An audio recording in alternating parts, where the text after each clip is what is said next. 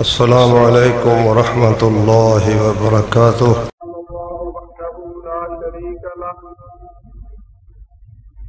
وأشهد أن محمدا عبده ورسوله. أما بعد فأعوذ بالله من الشيطان الرجيم. بسم الله الرحمن الرحيم. يا أيها الذين آمنوا إن جاءكم فاسق بنبأ فتبينوا أن تصيبوا قوما بجهالة فتصبحوا على ما فعلتم نادمين.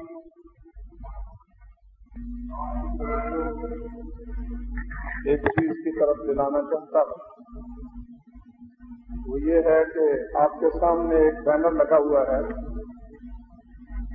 اس میں سلفیہ رائزنگ مطلب ہے کہ سلفی نوجوانوں کی یہ جماعت ہے،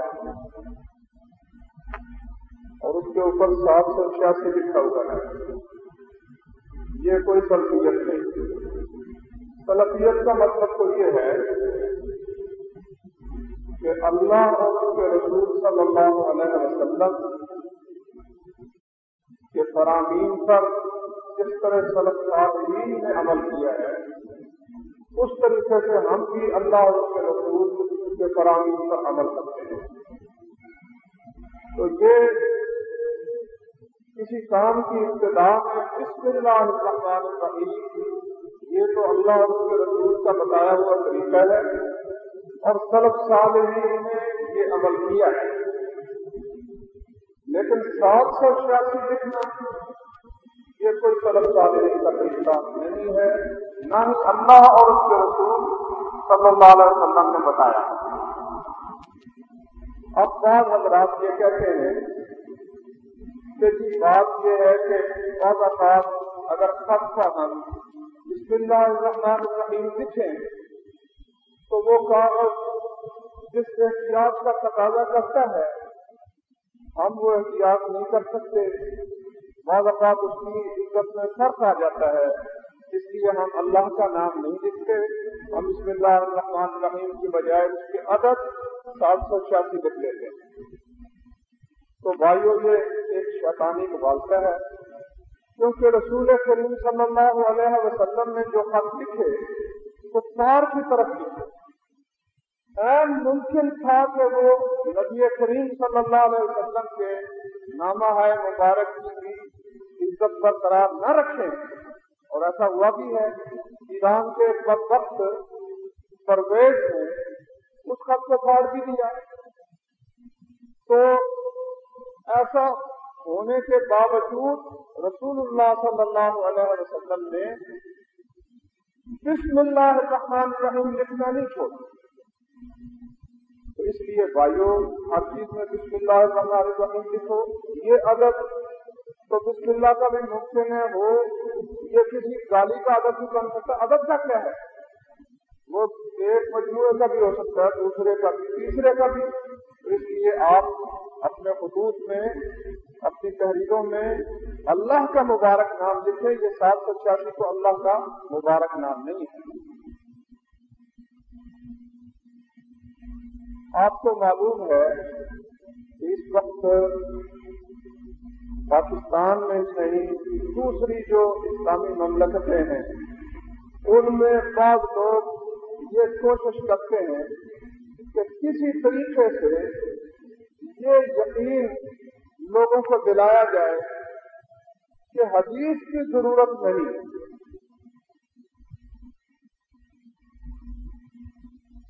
اس کا مقصد کیا ہے؟ مقصد اس کا یہ ہے کہ اگر حدیث کو ایک طرف کرتے ہیں تو قرآن مجید کا مطلب جو ہم چاہیں کہ نکال لیں۔ اب دیکھیے قرآن مجید میں ہے اقیم الصلاۃ، صلاۃ قائم کرو۔ اگر حدیث کو دیکھو تو رسول کریم صلی اللہ علیہ وسلم کا نمونہ ہمارے سامنے ہے۔ 5 نمازیں دن رات میں آپ پڑھتے تھے، اور سارا طریقہ آپ حضرات دیکھتے تھے، سنتے بھی ہیں۔ اب کچھ لوگوں نے کہا حدیث وہ نہیں، قابل عمل نہیں ہے، حدیث حجت نہیں ہے، اب انہوں نے کہا کہ صرف قرآن مجید ہی قابل عمل ہے. آج قرآن جو کہتا ہے اقیم الصلاۃ، تو اس کا مطلب کیا ہے؟ کتنی نمازیں ہیں؟ چلو قرآن مجید سے یہی بتا دو کہ نمازیں کتنی. آج سے کوئی 50 سال پہلے ایک عبداللہ چکرالوی صاحب ہوتے تھے، حدیثوں کا انہوں نے انکار کیا. ایک محمد رمضان صاحب تھے، اور کئی اس قسم کے لوگ گزرے ہیں. بعد میں کہا کہ نمازیں قرآن کریم کی روح سے 3 ہیں. دوسرے صاحب اٹھے، انہوں نے کہا جی نہیں، قرآن کریم کی روح سے 2 ہیں. ایک اور صاحب اٹھے، انہوں نے کہا جی 1 ہے. اب دیکھیے، لوگ یہ کہتے ہیں حدیثوں کی وجہ سے اختلاف پیدا ہوا ہے، حدیثوں کی وجہ سے فرقے بنے ہیں. تو بھائی حدیثیں جنہوں نے کہا نہیں ماننی چاہیے، ان کو چاہیے تھا نا کہ ایک بات پر متفق ہوتے قرآن مجید سے. اس پر متفق نہیں ہو سکے کہ قرآن مجید میں نمازیں کتنی ہیں. صرف خیر سے لاہور کے ایک صاحب اٹھے، انہوں نے کہا جی اقیم الصلاۃ کا مطلب تم سمجھتے ہی نہیں. اس کا مطلب ہے حکومت وقت کے قانون کی پابندی کرنا. اب حکومت وقت کا قانون تو بدلتا رہتا ہے. پاکستان میں حکومت وقت کا قانون کچھ اور ہے، مصر میں کچھ اور ہے، اردن میں کچھ اور ہے، سعودی عرب میں کچھ اور ہے. اللہ کا دین پاکستان میں کچھ اور، سعودی عرب میں کچھ اور. یہ کہاں کا انصاف ہے؟ پھر بعد نے کہا جی اقیم الصلاۃ، صلاۃ کا معنی ہوتا ہے چوچڑ ہلانا، اس کا مطلب پریڈ کیا کرو. تو اس طریقے سے جتنی قرآن کریم کی کہ فرامین تھے، احکام تھے، ان کو اس طریقے سے انہوں نے ختم کر دیا.